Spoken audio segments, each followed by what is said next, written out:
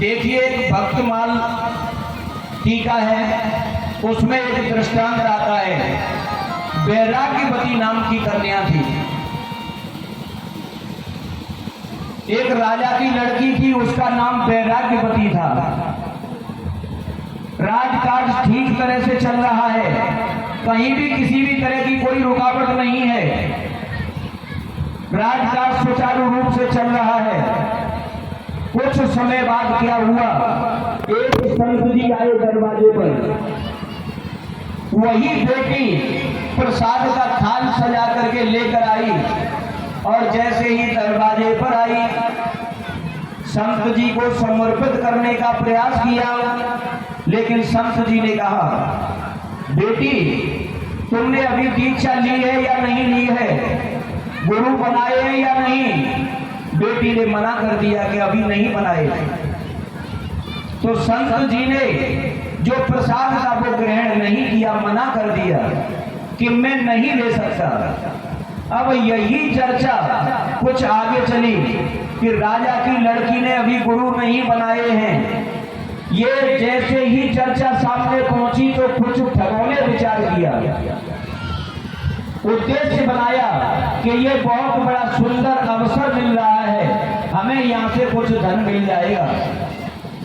ठगों ने अपने स्वरूप को बदला, संत जी का भेष धारण करते हुए वो राज दरबार में पहुंचे। वही बेटी अपना थाल सजा करके लेकर आई और जैसे ही दरवाजे पर आई, प्रसाद देने का प्रयास किया, तो जो ठग अपना स्वरूप बदलते हुए आए थे, उनके सामने जैसे ही ताल किया गया, उन्होंने मना कर दिया। सबसे पहले बेटी ये बता, तूने गुरु बनाए हैं या नहीं। बेटी ने मना कर दिया। तो संत जी ने कह दिया कि हम तेरे हाथ से ये ग्रहण नहीं कर सकते। अब बेटी के अंदर श्रद्धा जागृत हो गई। यदि सच्चे मन से भक्ति प्रकट हो जाए, बनावटीपन का अंकुर जीवन में उत्पन्न न हो, सच्ची श्रद्धा जागृत हो जाए, तो आज भी प्रभु का साक्षात्कार होना संभव है। आज भी भगवान के दर्शन हो सकते हैं, लेकिन सच्ची श्रद्धा की जरूरत है। उस बेटी के अंदर भावना जागृत हो गई कि मुझे गुरु बनाना आवश्यक है। तो बेटी ने विचार किया कि गुरुजी यदि यही बन जाएं शीघ्रता के हिसाब से, तो यही उत्तम रहेगा। उस बेटी ने कह दिया कि महाराज आप ही गुरु बन जाओ। अब वो तो उद्देश्य लेकर आए ही थे कि हमें कुछ धन की प्राप्ति हो जाएगी, तो उन्होंने स्वीकार कर लिया, कह दिया कि हम गुरुजी बन जाएंगे। लेकिन उसका जो विधान है, जो सामग्री की जरूरत है, वो तुझे लानी पड़ेगी। तो बेटी ने कह दिया, बताओ भगवान किस सामग्री की जरूरत है। तो कह दिया उन्होंने कि जो तेरे पास धन हो उसे लेके आ और हमारे साथ तुझे चलना होगा, हम तुझे दीक्षा प्रदान करेंगे, उसके बाद में वापस अपने घर आ जाना। बेटी नहीं समझ पाई। आज समय परिवर्तन के हिसाब से जो भी अत्याचार हो रहे हैं, जो भी अन्याय हो रहा है, थोड़ी भूलवश ये समस्याएं सामने आ जाती हैं, लेकिन हमें समय रहते विचार करने की जरूरत है। अब वही बेटी जो उसके पास धन था, उसे लेकर के उनके साथ निकल गई। थोड़ी दूर जाकर के क्या हुआ, एक पेड़ खड़ा हुआ था। उन ठगों ने कह दिया कि इसके सहारे से तू खड़ी हो जा।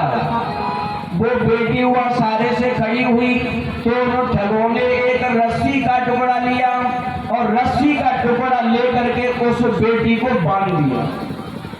बेटी समझ नहीं पा रही है कि ये क्या कर रहे हैं। वो ये विचार कर रही है कि मुझे दीक्षा प्रदान कर रहे हैं, शायद ऐसा ही होता होगा, वो नहीं जानती थी।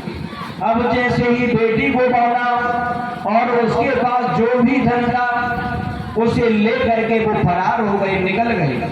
उनका उद्देश्य पूरा हो गया। कुछ समय के बाद में राजा ने अपने मन में विचार किया, बेटी दिखाई नहीं दे रही है, पता नहीं कहाँ चली गई।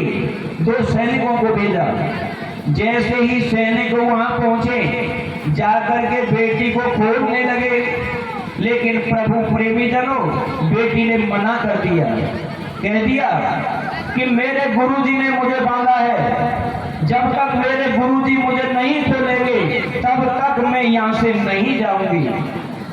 सैनिक वापस गए, जाकर राजा के सामने निवेदन किया और कह दिया कि हे महाराज, हमने काफी प्रयास किया खोलने का, लेकिन बेटी ने मना कर दिया कि मेरे गुरुजी ने मुझे बांधा है, जब तक मेरे गुरुवर यहाँ नहीं आ जाएंगे तब तक मैं यहाँ से नहीं जाऊंगी। कहने का मतलब क्या है, उसके अंदर गुरुजी के प्रति श्रद्धा जागृत हो गई।